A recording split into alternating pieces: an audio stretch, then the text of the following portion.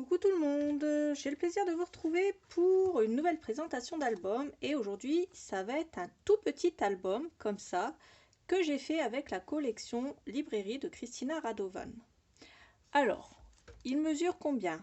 11 par 15 sur une tranche de 1,5. Si c'est la première fois que je faisais ça, hein, parce que c'était une idée que j'ai eue comme ça. Si c'était à refaire, je ferais une tranche de 2,5 parce que la tranche elle est un peu fine, mais ça je vous l'aurais dit dans le premier tuto. Il a des éphéméras ici de livres. Ensuite, il y a cet éphéméra ici où c'est écrit Adventure, cet éphéméra de livre ouvert et là aussi. Donc déjà, moi je trouve que la couverture elle est assez sympa avec ce dragon comme ça, qui a sa super boule de cristal comme ça. Ensuite, sur la tranche, voilà comment elle se présente. Donc j'ai collé un papier en fond et j'ai collé un éphéméra plume comme ça dessus. Et pour l'arrière, j'ai collé ce joli piano comme ça. On a mis du ruban comme ça, organza. Et puis je l'ai teint avec de l'encre liquide tout simplement en spray.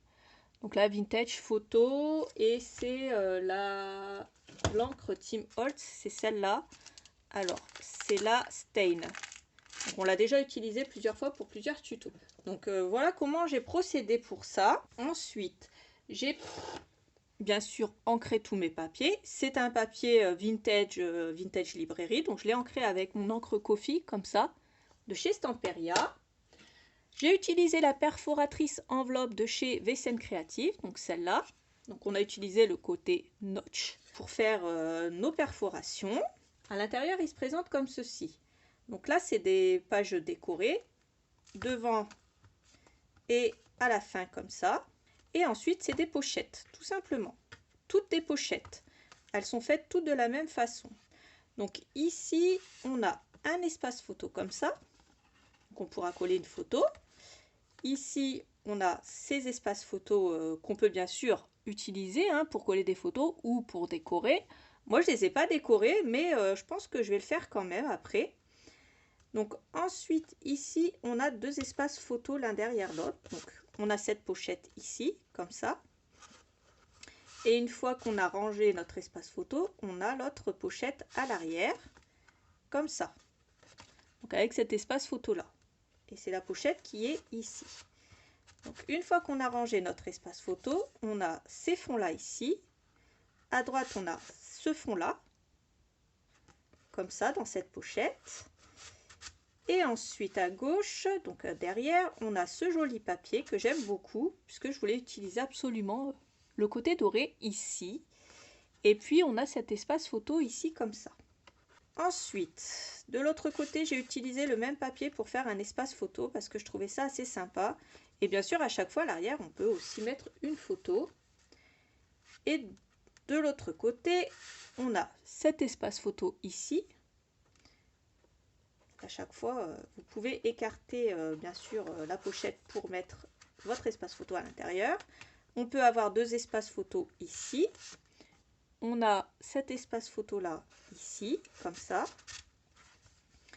À l'arrière, on a cet espace photo là, comme ceci, celui-là. Et hop, une fois qu'on l'a rangé, on se retrouve avec ce fond là. Donc lui, on va peut-être pas le gâcher en collant des photos dessus, mais vous ferez comme vous voulez. J'ai cet espace photo là ici. Et ici, j'ai cet espace photo. Et ici, j'ai cet espace photo qui ressemble un petit peu à ce fond.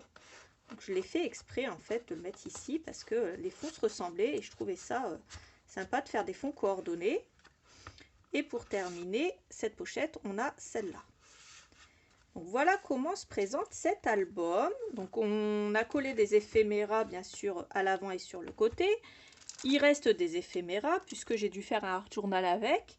Et il nous en reste encore. Donc on peut décorer l'intérieur de notre album si on le veut avec les éphéméras restants une fois qu'on aura collé nos photos.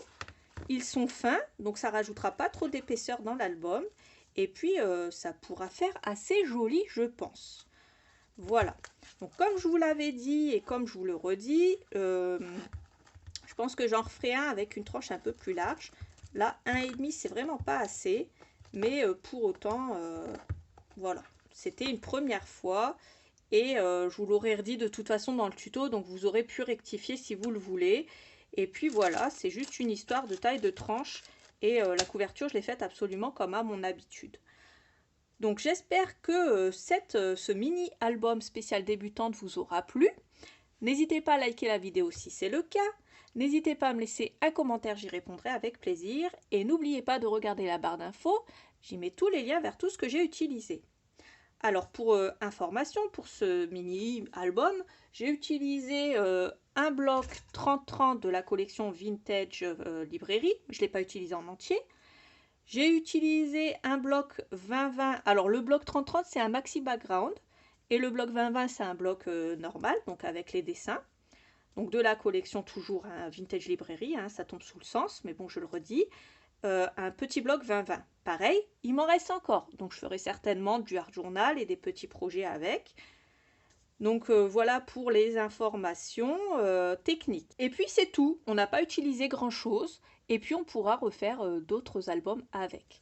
Je vous fais plein de gros bisous. Je vous dis à bientôt pour un autre tuto. Salut!